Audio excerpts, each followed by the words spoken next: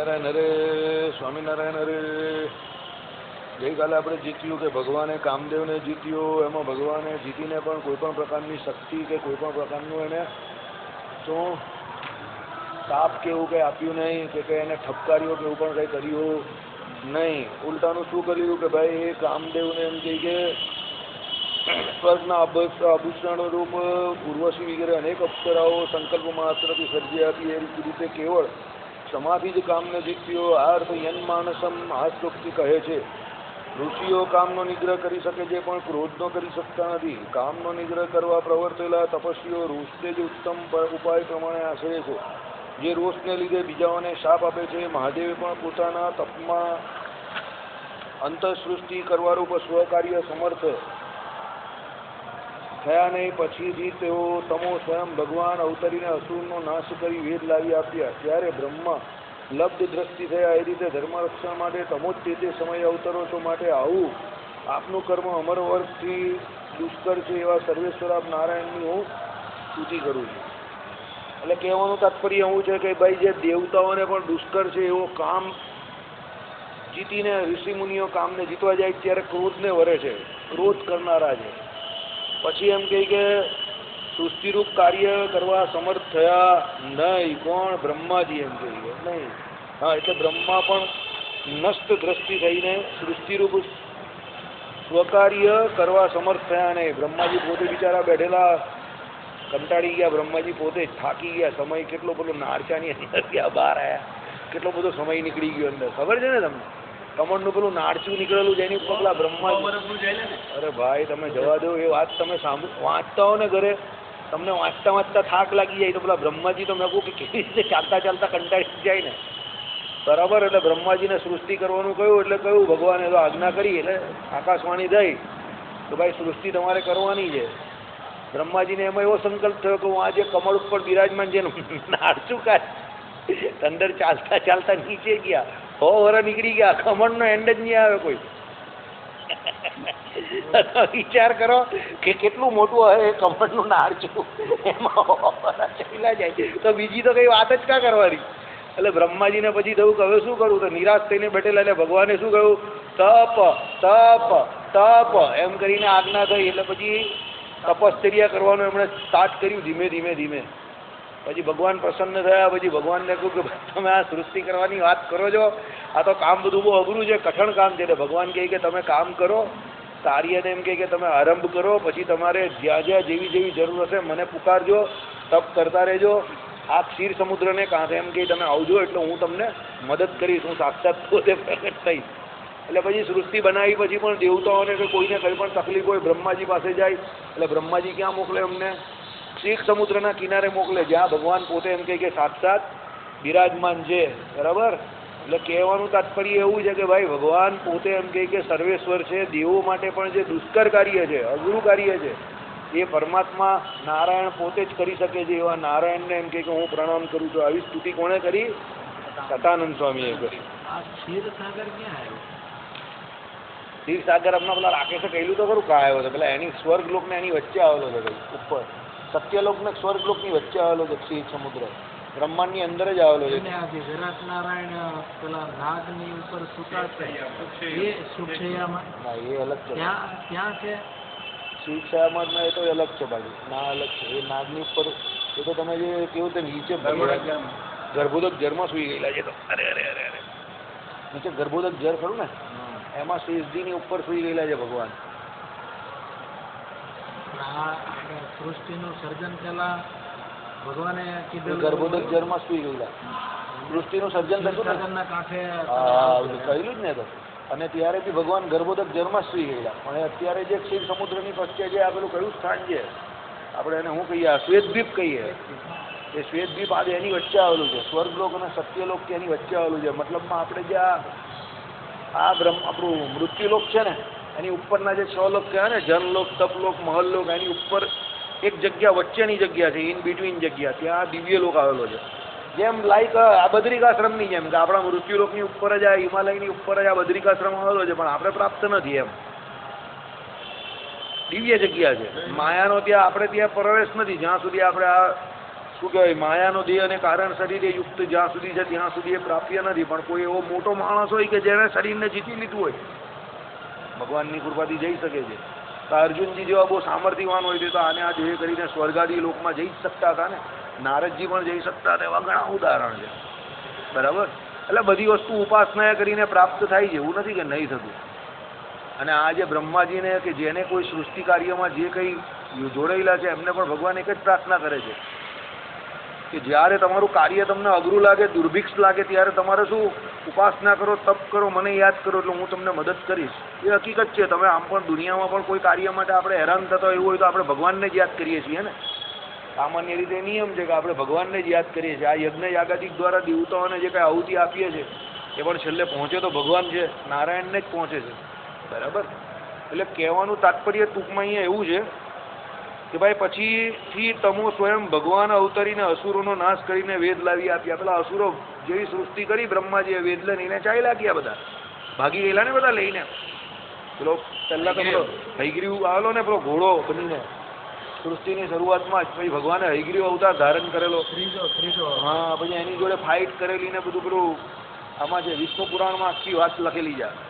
પછી ભગવાને પણ મહારાજે વચનામૃતમાં કહ્યું એ પ્રમાણે કે હયગ્રીવ અવતાર થયો ત્યારે ઘોડા જેવી નાની પૂંછડી હતી, એમ કહે કે પેલા કમર એમ કહે કે પેલી ઢીંગી હતી ને પેલા એમ કહે કે કુદાકડા પેલા હીણ પેલો હણે ને પેલો ઘોડો કેવો હણે એમ કરે, આમ કરીને ઉછળે ને આમ ઘોડો આમ કરીને એમ ભગવાન પણ ઉછળતા હતા. આમ હયગ્રીવ અવતાર ભગવાને ધારણ કર્યો. પછી પેલા હયગ્રીવને માર્યો અને જે વેદ હતા તે લાવીને ભગવાને પાછા એમ કહી 4 વેદોને લાવીને બ્રહ્માજીને અર્પણ કર્યા. અને પછી કહ્યું કે પાછા તમે સૃષ્ટિની રચના કરો. એટલે કહેવાનો મતલબ શું છે કે ભાઈ બ્રહ્માજી જેવા મોટા જીવ હોય તેને પણ આ પ્રમાણે અસુર પીડા કરે છે તો આપણી તો કા વાત કરવાની. આપણે પણ અહીંયા પીડા કરે ત્યારે હું શું કરવાનું? ભગવાનને યાદ કરવાના. સમરથ જે છે એનું શરણું પકડવાનું. તો એમ કહે કે તમારા બધા કાર્ય સિદ્ધ થઈ જાય. એ આ લોક સંબંધી હોય કે પરલોક સંબંધી હોય. ત્યારે બ્રહ્મા લબ્ધ દ્રષ્ટિ થયા. લબ્ધ દ્રષ્ટિ એટલે તમને ખબર ને, એમની દ્રષ્ટિ એ થઈ ગઈ, નિરાવરણ દ્રષ્ટિ થઈ ગઈ. એમ માયાનો જે ભાવ હતો તે તળી ગયો ને એમને થયું કે આ તો ભગવાન પુરુષોત્તમ નારાયણ છે. બરાબર. એ રીતે ધર્મ રક્ષણ માટે તમો જ તે સમયમાં અવતરો છો. એટલે ધર્મનું રક્ષણ કરવા માટે શું ભગવાન જ અવતરે છે. ભગવાન જ આ દુનિયાને અને આ એમ કે ધર્મને બંનેને એમ કે ધારીને રહેલા છે.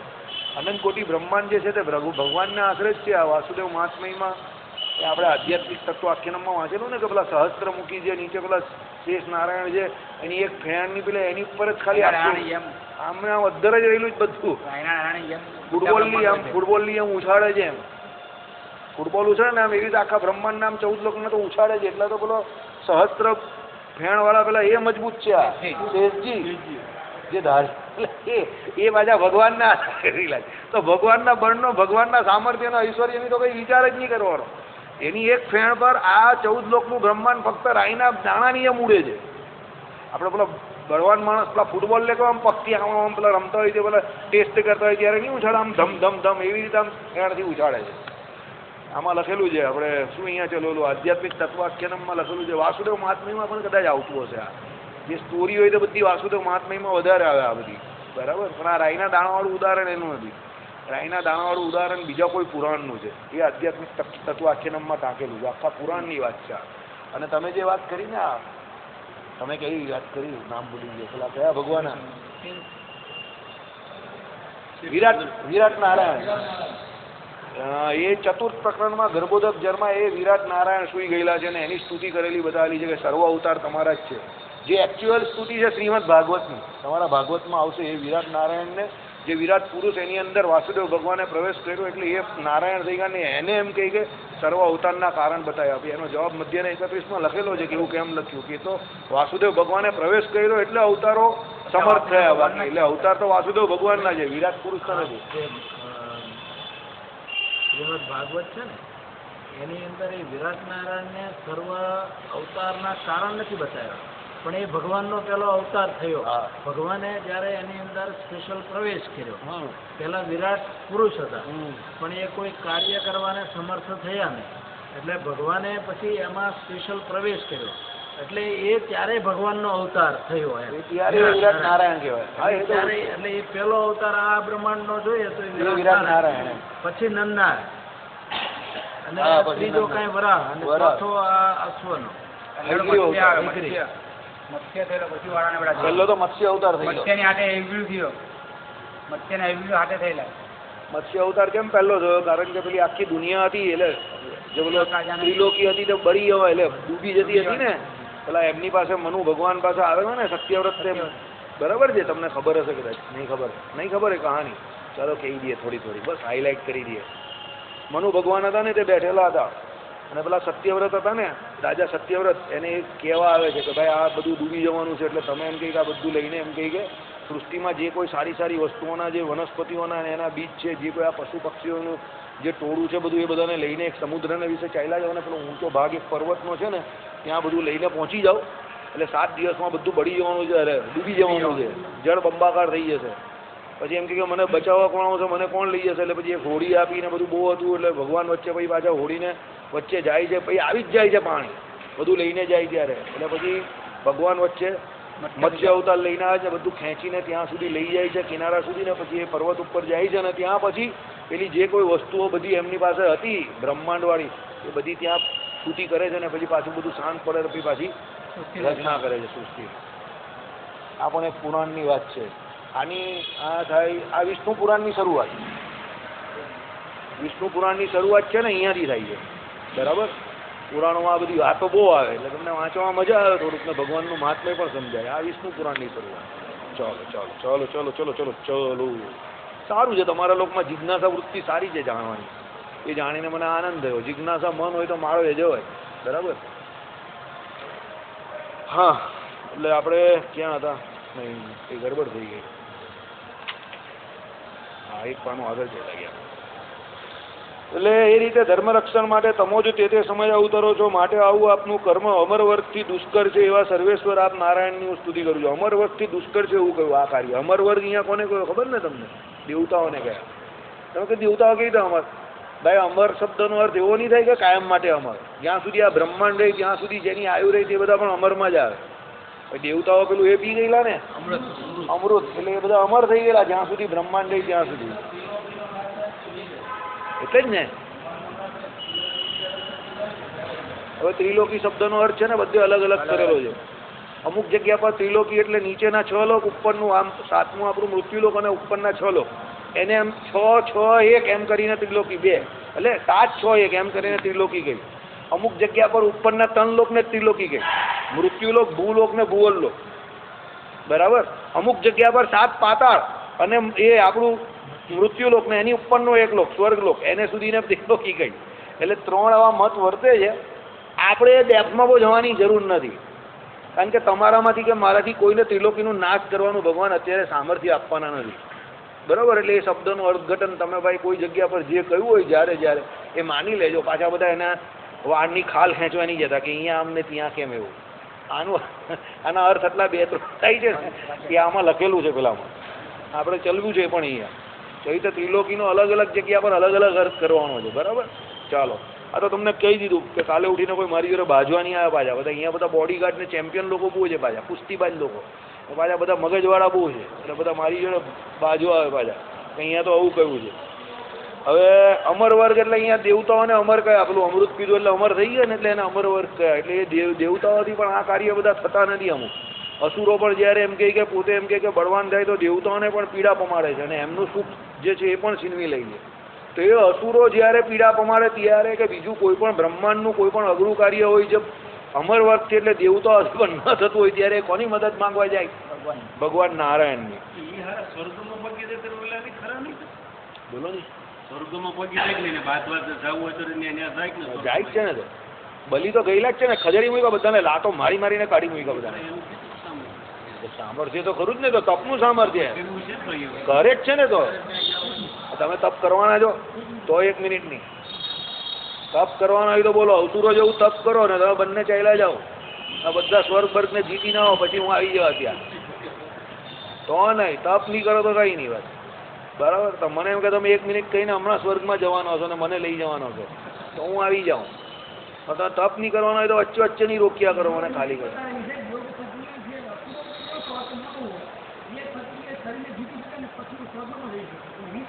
એવું કઈ નથી. યોગ તો પગથિયું છે, ખાલી પ્રથમ પગથિયું છે.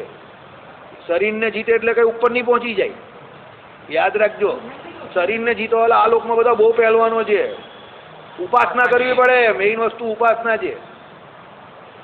શરીર જીતવું એ ઉપાસનાનું પ્રથમ પગથિયું છે, યાદ રાખજો. સમાધિ કોને થાય? પહેલા યમ નિયમ એટલે શરીરને જીતવાના આયા, પછી છેક છેલ્લે સમાધિ થાય છે. એમ ઉપાસનાનો અંત પામે ને જે તે. અને એમાં પાછા બે મત વર્તે છે. મહારાજે કહ્યું ને એ પ્રમાણે કે જે ગ્રહસ્થ હોય એની ખાલી જ્ઞાનની અવસ્થા છે ને એ જ વધે. સમજો, આમાં જ્ઞાન શક્તિ અને ક્રિયા શક્તિ બે આવે છે. હવે તમે बात निकली है तो बहुत दूर तलक जाएगी. उपासना બે માર્ગ આવે. ગ્રહસ્થ ઉપાસના કરે ને તો ફક્ત એની જ્ઞાન શક્તિ વધે, ક્રિયા શક્તિ નહીં વધે. અને પરમહંસ જેવા સંતાદિક સુખજી નારદજી જેવા ઉપાસના કરે ને એની ક્રિયા શક્તિ પણ વધે, એ પલ્લોક ગમન કરી શકે. મહારાજે વચનામૃતમાં કહ્યું છે, બરાબર. એટલે તમે એમ એવી રીતે પહોંચી જવાની વાત કરો એ એમ નહીં પહોંચાય ભાઈ, શરીર જીતવાથી. બરાબર, પહેલા બાપાને જીતવા પડે. આપણે આપણા બાપાને નહીં જીતી શકતા આ લોકમાં, તો પછી તમે સ્વર્ગ લોકને કઈ રીતે જીતવાના? બરાબર, ભલે તમારા બાપુજી અહીંયા બેઠેલા, તમને આ જીતી શકે જ કોઈ દિવસ? તમે એને કેટલી વાર પછાડ્યા? તો પછી હશે તમારા બાપા પણ દાંત કાઢે. તો હું મારા બાપાને નહીં જીતી શક્યો ને અત્યાર સુધી આટલું બધું ખરું જ છે. મેં કહું અમુક વખતે મારા બાપા મને કહે તને શું ખબર પડે? મેં કહું સાચી વાત છે, તમે બાપા છો, બાપા ઇઝ ઓલવેઝ રાઈટ. મને એવું કહેતો હોય તો પછી તમે તમારી વાત કરો છો, બરાબર. એટલે પહેલાં આપણે અહીંયા કંઈ જીતી નહીં શકતા તો સ્વર્ગ જીતવું પોતુની વાત છે. ચાલો, આ તો ખાલી 11 બધા જરા ચાર્જ થઈ જાવ એટલા માટે કહ્યું. જરા પેલો તમો ગુણ વળતો હોય ને એટલે ચાર્જિંગ થઈ જાય બેટરી જરા બધાની. અઘરું કામ છે.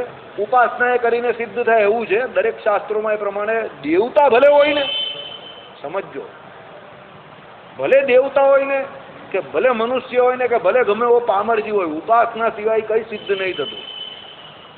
અને ઉપાસનાનું પ્રથમ પગથિયું એમણે જે કહ્યું એ પ્રમાણે યમ નિયમ દ્વારા પહેલાં શરીર જીતવું પડે તમારું.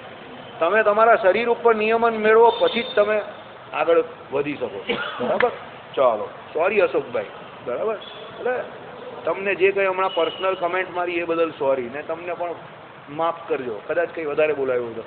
અશોકભાઈ અંદરથી ખુશ બી થતા હોય કે જેવા તમારા બાપાને વર્ષો સુધી નહીં કહી શકાય, ફટાકડી નહીં કહી દીધી. એટલે તમને ગમી હોય તો 500 રૂપિયા મંડળમાં જમા કરાવી દેજો. ચાલો, હવે મોક્ષ આપવા રૂપ વિશેષ વર્ણવે છે. હું ઘણી જગ્યા પર આવું કરું, કોઈથી ન કહેવાતું હોય તો હું કહી દઉં એના વતી, બરાબર. મને તો બદનામ થવાની આદત છે આમ પણ, એટલે એના વતી કહી દઉં. મોક્ષ પણ આપે છે. કોણ આપે છે? નારાયણ ભગવાન જ મોક્ષ આપે, બીજું કોઈ મોક્ષ આપી શકે નહીં. આ ભુવનમાં રહેલા જે દેવો, આવી ગયો ને આ ભુવનમાં, એટલે 14 લોકના આખા ભુવનની વાત કરેલી છે. 14 લોકના આખા બ્રહ્માંડને ભુવન કહ્યું છે. ભગવાનનું ને આપણું રહેવાનું ઘર જ કહ્યું છે. ભુવન એટલે ઘર. અને બધા જીવો અંદર રહેલા જ છે. મોટું ભુવન છે 14 લોકનું, જેમ 14 માળની એક હવેલી હોય ને એવું, બરાબર. શું કહ્યું? રહેલા જે દેવો અથવા મનુષ્યો કેવળ જન્મ મરણના પ્રવાહરૂપ સંસારથી અત્યંત ભય પામવાથી વૈરાગ્ય વેગને પામીને તેવા જ વેગ વડે ત્રિવર્ગમાંથી એટલે ધર્મ અર્થ કામ નિવૃત્તિ પામે છે. તે સર્વજનો સંસાર બંધનના વિચ્છેદ માટે મુખ્ય ઉપાય પણ આ બદ્રિકાશ્રમમાં રહેલા આપનો જ આશ્રય કરે છે. 14 લોકના બ્રહ્માંડમાં જે બધા કંટાળેલા છે, થાકેલા છે કે હવે ભગવાન આ બહુ થઈ ગયો, હવે અહીંયા નહીં, બસ તમે જો તો તમારા લોકમાં ગમે તે સેવા આપજો, નીચી ટેલ ચાકરી જોઈએ તો આપજો, તમારે ત્યાં આવીને ગમે તે કરવા તૈયાર છું, બરાબર. પણ હવે અહીંયા ન મોકલો. આ લોકના પશુ પક્ષીઓને, આ લોકના જે કોઈ સગા સંબંધીઓ કે આ લોકના જે કોઈ માણસો છે એની સેવા કરીને હું થાકી ગયો છું. હવે એના કરતાં તમે તમારી સેવાનો કંઈ અવકાશ આપી દેવ.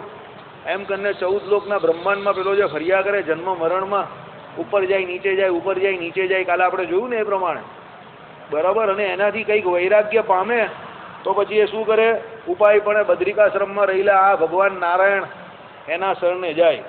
તેઓ આપના આશ્રયના ભર વડે આ લોકમાં ત્રિવિધ તાપે રહિત થઈને આત્યંતિક સુખ્યા થાય છે. પહેલાં ભગવાનનું શરણનું મેળવો એટલે આ પહેલાં ત્રિવિધ તાપથી એ શું થઈ જાય? મુકાઈ જાય. ત્રિવિધ તાપ કયા બોલો? હે? યાદી. યાદી શું આવે? યાદી શું આવે? યાદી એટલે યાદી કેવી આવે?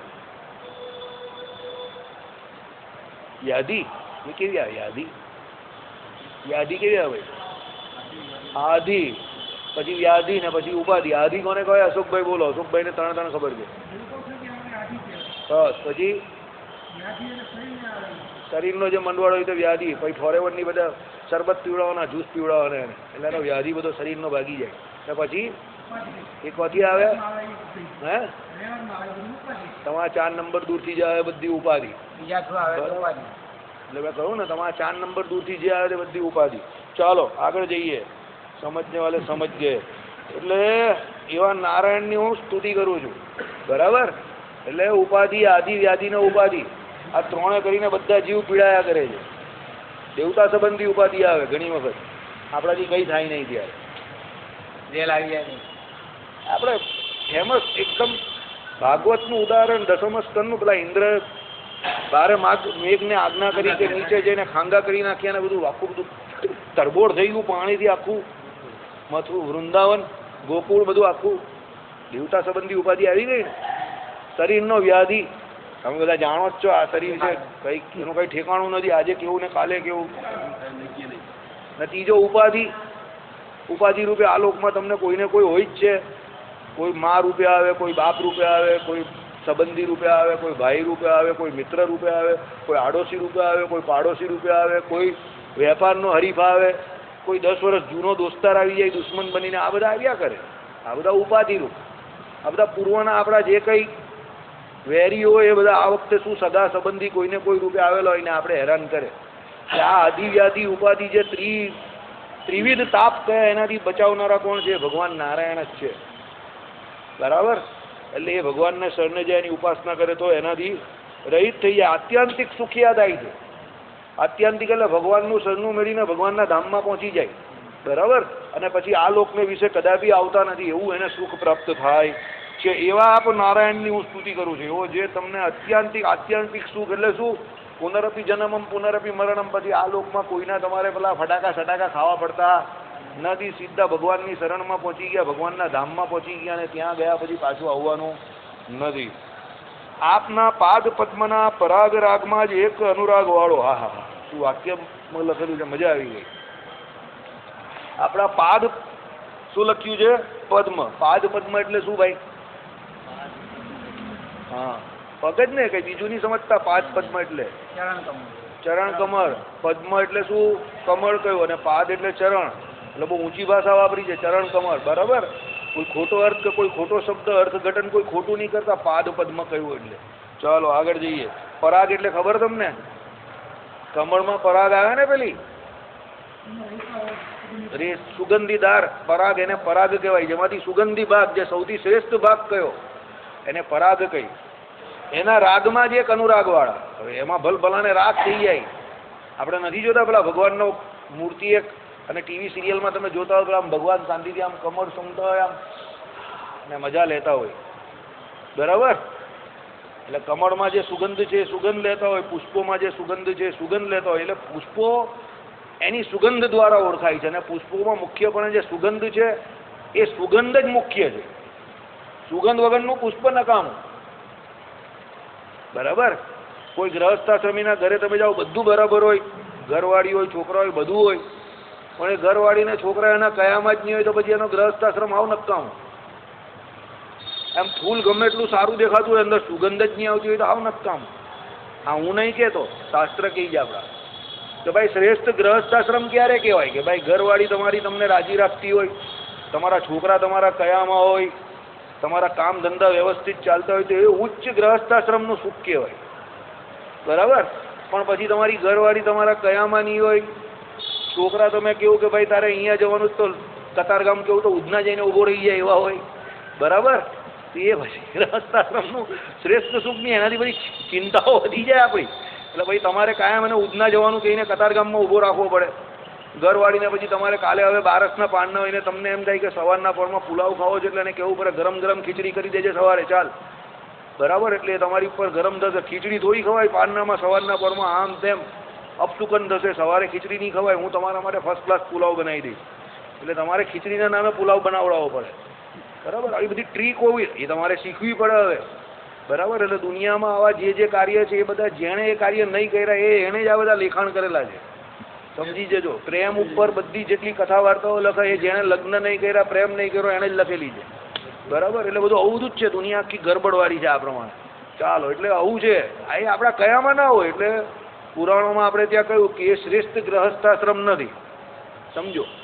સાધુમાં બાજુ એવું કહ્યું કે વૈરાગ્ય નહીં હોય ને પેલો સાધુ થયો હોય અને વાતે વાતે એમ કહે કે એને વિષયોનું યોગ થતો હોય અને વિષયો યાદ આવતા હોય, એ શ્રેષ્ઠ ત્યાગાશ્રમ નથી. એમ દરેક આશ્રમની જે કંઈ તે કંઈ મર્યાદા છે. બરાબર? પણ પછી તમે બધું આશ્રમનું ને બધું વર્ણનું ને બધું માન મૂકીને ભગવાનની શરણમાં ચાલ્યા જાઓ અને ભગવાનનું ભજન કરો એટલે તમારી આ ગાડી જે છે, આ નાવ જે છે તે ભગવાન પાર પાડે. આજ્ઞામાં રહેવું પડે ભગવાનની અને ભગવાનની ઉપાસના કરવી પડે તો ભગવાન એને પાર પાડે. ચાલો, એટલે ભગવાનના પાદ પદ્મના પરાગરાગમાં જ એક અનુરાગ વાળો, એટલે એમાં જ એને પ્રેત છે, હિતિ હેત છે, પણ પોતાના આત્માના અનુભવ રૂપ કૈવલ્યમાં પણ લુપ્ત નહીં. તો ભાઈ પોતે આત્મદર્શન કરનારો થાય ને પછી પરમાત્માને ભૂલી જાય એટલે એવો કૈવલ્યાર્થી નહીં. કારણ કે કૈવલ્યાર્થી તો છેલ્લે અક્ષર બ્રહ્મના તેજની અંદર લીન થઈ જાય, એનાથી વિશેષ કોઈ એને પરમાત્માની પ્રાપ્તિ થતી નથી.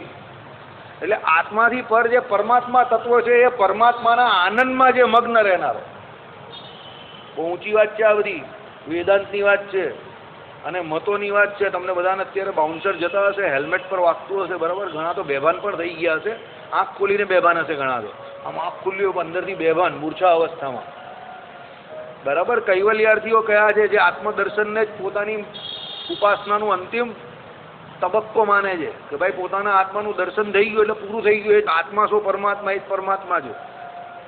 અને એ આત્માનું દર્શન કદાચ એને થાય, તેજ દેખાય, તો એ તેજના ફળ સ્વરૂપે શું છેલ્લે ક્યાં જાય? અક્ષર બ્રહ્મના તેજમાં લીન થાય.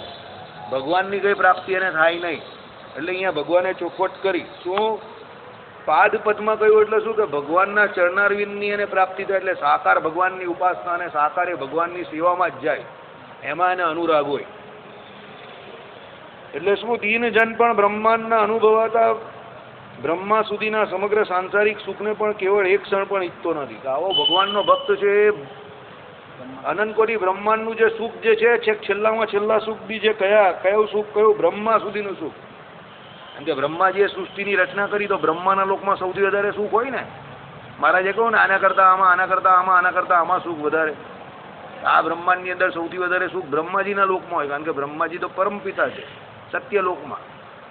ઘણા લોકો સ્વર્ગલોક કર્યા કરે, પણ સ્વર્ગલોક તો બધા એ તો બધા ભગવાન બ્રહ્માની સંતાન છે તો બધી. બરાબર? એટલે આ લોકના માણસ માટે સ્વર્ગલોકનું સુખ વધારે હોય, પણ એનાથી વધારે સુખ કા હોય? બ્રહ્માજીના લોકમાં હોય. પણ પેલો જેને ભગવાનનું સુખ આવી ગયું અને બ્રહ્માજીના લોકમાં પણ કોઈ પણ સુખ લાગતું નથી. બરાબર? અને એ સુખની પણ ઈચ્છા રાખતો નથી. જે કૈવલ્યની પણ કામના નહીં કરીને એક ભગવાનના ચરણ કમળના મકરંદ રસમાં લુબ્ધ થાય તે બ્રહ્માંડ સુખની સ્પૃહા ન કરે, એમાં કેવું શું? બરાબર? એમ સાથી એમ કરીને પછી કહે છે પાછા કે ભાઈ જે પોતાના આત્માનું પણ ધ્યાન કરીને આત્માનો સાક્ષાત્કાર કરવામાં પણ સુખ નથી માનતો, તો પછી બ્રહ્માના સુખની કા વાત કરો? કારણ કે એ તો આ લોકનું માયિક સુખ છે ને આ લોકનું માયિક સુખ એના કરતાં તો વધારે સુખ પેલું કેવું છે? પોતાના આત્માના સ્વરૂપનું સુખ છે. કેમ આત્માના સ્વરૂપનું? કે એ સુખ કેવું છે? અલૌકિક છે. આત્મા પોતે ચેતન છે અને એ ચેતનમાંથી આવતું સુખ છે. પેલું બ્રહ્માના લોકમાં જે સુખ છે તો માયાનું સુખ છે. બરાબર? ટૂંકમાં કહેવાનો તાત્પર્ય એવું છે કે ભાઈ બ્રહ્માજીના લોકમાં જે સુખ છે, આ લોકનું સંસારિક સુખ છે, એના કરતાં વિશેષ સુખ એને પોતે પોતાના જાતનું, પોતાની જાતનું એટલે આત્મ સ્વરૂપનું આવે છે. કૈવલ્યાર્થી થાય ત્યારે. તો કૈવલ્યાર્થી થાય એવું સુખ જો ન ઈચ્છતો હોય, આત્માના સુખને ન ઈચ્છતો હોય, તો પછી આ લોકના સુખને તો કાંથી ઈચ્છે? ન જ ઈચ્છે એવું કહ્યું. એનું કારણ આપે છે સાથી. તો આપ સુખ સાગર એટલે અનવધિક અતિશય આનંદના નિધિ છો, યતો વાચો નિર્વંત તે અપ્રાપ્ય મનસા છ. એવા આનંદ મૂર્તિ મુનિવર બદ્રીનાથ આપ નારાયણની હું સ્તુતિ કરું છું. શું કહ્યું? આપ કેવા છો? અનંત સુખ કયું છે તમારામાં? અનવધિક અતિશય. અનવધિક અતિશય એટલે કેવું? અવધિ વગરનું સુખ. કોઈ અવધિ નહીં, કોઈ સમય નહીં. દાખલા તરીકે તમે મલ્ટીપ્લેક્સમાં પિક્ચર જોવા ગયા, તમને પિક્ચર બહુ ગમે છે અને લોકો બહુ વખાણ કરે છે, 200-250 જે રૂપિયા ટિકિટ છે એ તમે લઈને ગયા અને પછી તમને 2.5-3 કલાકની ફિલ્મ જોઈ, પણ એનો અવધિ કેટલો? આ 2.5-3 કલાકનો. પછી ટિકિટ પૂરી થાય એટલે તમને GPL ધમ્મ દઈને લાત પડે. બરાબર? એટલે પછી તમારે એ થિયેટરમાંથી જ્યાંથી બહાર નીકળાતું હોય ત્યાંથી નીકળી જવું પડે. એટલે સુખનો અવધિ થઈ ગયો આટલું. બીજા જે પણ કોઈ લોકમાં જાઓ તમે મલ્ટીપ્લેક્સનું ઉદાહરણ યાદ રાખવાનું. તમારું પુણ્યબળ હોય એટલો સમય જ તમે એ લોકમાં રહી શકો, નહીં તો પછી છેલ્લે શું થાય, પુણ્યબળ પૂરું થાય એટલે જીપીએલ કરીને તમે બહાર બધા. બરાબર? એટલે એ પ્રમાણે કાયમ માટે લોકોના ગોદા ન ખાવા હોય, લાત ન ખાવી હોય તો પછી શું કરવાનું? ભગવાન નારાયણની ઉપાસના કરવાની. બરાબર? એટલા માટે અહીંયા શું કહ્યું? આનંદ મૂર્તિ છે ભગવાન, અને અનવધિકાતિશય આનંદ છે ભગવાનમાં. એટલો બધો આનંદ છે, એટલો બધો આનંદ છે કે ભગવાનનો આનંદ જો ક્ષણભર પણ આવી ગયો તો પછી તમે બીજા કોઈ સુખની, આ લોકના સુખની કે પરલોકમાં બીજા કોઈ સુખની આશા રાખો નહીં. એવા આનંદ મૂર્તિ. બરાબર? આનંદવલ્લીમાં ભગવાનને સર્વ રસ, સર્વ ગંધ, બધી રીતે ભગવાનને જ પરિપૂર્ણ કયા છે. અને આનંદ તો એક પરમાત્મામાં જ રહ્યો છે એવું કહ્યું છે. આપણામાં આવી ગયું આગળ ગુણ, ગુણી ભાવ, આનંદ, આનંદી ભાવ, કે આનંદ નામનો ગુણ છે એ તો આનંદી એવા પરમાત્માને આધારે જ રહ્યો છે. એટલે જીવ એ આનંદી એવા પરમાત્માનો સંગ કરે તો જ એમ કે કાયમ માટે આનંદની પ્રાપ્તિ થાય. ગુલાબ હોય તમે એને આમ સૂંઘ્યા કરો, જ્યાં સુધી એમાં સુગંધ હોય ને કર્માઈ નહીં જાય ત્યાં સુધી કેવી કન્ટિન્યુઅસ સુગંધ આવ્યા કરે. તેમ પરમાત્મા આનંદ મૂર્તિ છે, રસ મૂર્તિ છે, ગંધ મૂર્તિ છે. એટલે સર્વ રસ, સર્વ ગંધ બધું પરમાત્માને જ કહ્યા. આ બધું રસ, રૂપ, ગંધ આ બધું ભગવાનની મૂર્તિને આશરે જ રહેલું છે. એ ભગવાન તમને મળી જાય અને એ ભગવાનની તમે ઉપાસના કરો કાયમ માટે, ભગવાનના ચરણ કમળનું તમે સેવન કરો તો આ પરમાત્માના કેવા અનવધિકાતિશય આનંદને તમે પામો. એટલે એ આનંદનો કોઈ એન્ડ જ નથી. આપણે કહીએ ને એન્ડલેસ હેપીનેસ, જે સુખનો કોઈ અંત જ નથી, એવું સુખ મળ્યા જ કરે. સુખ, સુખ ને સુખ જ છે. એવા બદ્રીનાથ ભગવાન જે છે એ નારાયણની હું સ્તુતિ કરું છું. એ જે સુખ આપનારા કોણ છે? બદ્રીનારાયણ ભગવાન. એ રીતે સ્તુતિ કરીને કેવળ કૃપા વડે સાધ્ય સ્વ મનોરથની પરિપૂર્તિ પ્રકાશ કરવા પૂર્વક કૃપાની પ્રાર્થના કરે છે. હે ભગવાન, બહુ કાળથી રૂઢ થયેલો મારો મનોરથ સાક્ષાત આપના દર્શનની પ્રાપ્તિરૂપ આજ આપના ચરણ કમળના સાક્ષાત સંદર્શનરૂપ ફરથી જ સંપૂર્ણ થયો. પરંતુ બીજો એક નિગૂઢ મનોરથ છે કે આપના કરુણારસથી આદ્ર એટલે વિના પાદ પદ્મમાં જ પ્રધાનપણે પ્રીતિવાળા મારી પર એવી કૃપા કરો કે જેથી કૃપાથી મારો આપના ચરણ સમીપમાં જ નિરંતર નિવાસ થાય. પહેલા શું કહ્યું? બહુ ફર્સ્ટ ક્લાસ રીત બતાવેલી છે, 1 મિનિટમાં સમજી જઈએ. અત્યાર સુધી જે કઈ ઉપાસના કરીએ, ઉપાસનાના ફળ રૂપે તમે મારી ઉપર આ જે કૃપા કરી, તમારો જે રસ મળ્યો, તમારું જે સાક્ષાત દર્શન કર્યું, તમે દર્શન આપ્યું એ બદલ તમારો શું આભાર. બરાબર? એમ કહ્યું કે ભાઈ તમારું આ દર્શન થયું, મારો મનોરથ પૂરો થઈ ગયો. એટલે શું કહ્યું? આજ આપના ચરણ કમળના સાક્ષાત સંદર્શન રૂપ ફળથી સંપૂર્ણ થયો. એટલે મને ઉપાસનાના ફળ રૂપે તમે જે આ દર્શન આપ્યું, મારું કામ પૂરું થઈ ગયું. પાછું બીજું માંગ્યું શું? કે આ જે મારો એક બીજો હવે મનોરથ શું છે કે તમારા કરુણારસથી આદર એટલે બીના પાદ પદ્મમાં જ પ્રધાનપણે પ્રીતિવાળા મારી પર એવી કૃપા કરો કે જે કૃપાથી મારો આપના ચરણમાં સમીપમાં, ચરણ સમીપમાં નિરંતર નિવાસ થાય. કહેવાનું તાત્પર્ય, તમારું જે સુખ આવે છે એ સુખમાંથી હું કોઈ દિવસ કદાપી કોઈ કાળે જુદો પડું નહીં, છૂટો પડું નહીં. તમારા ચરણ કમળનો મને આશ્રિત કરી દેવો.